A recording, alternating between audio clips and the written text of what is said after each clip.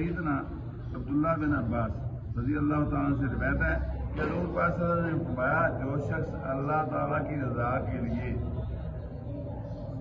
ایک دن اعتکاف کرتا ہے اللہ تعالیٰ اس کے اور دوزخ کے درمیان 3 خندقوں کا فاصلہ کر دیتا ہے۔ سبحان اللہ۔ یہ خندق کتنی ہوگی؟ فرمایا ہر خندق مشرق سے مغرب کے درمیانی فاصلہ سے زیادہ لمبی ہے۔ سبحان اللہ۔ ایک دن کے اعتکاف کا یہ حال ہے، ٹھیک ہے۔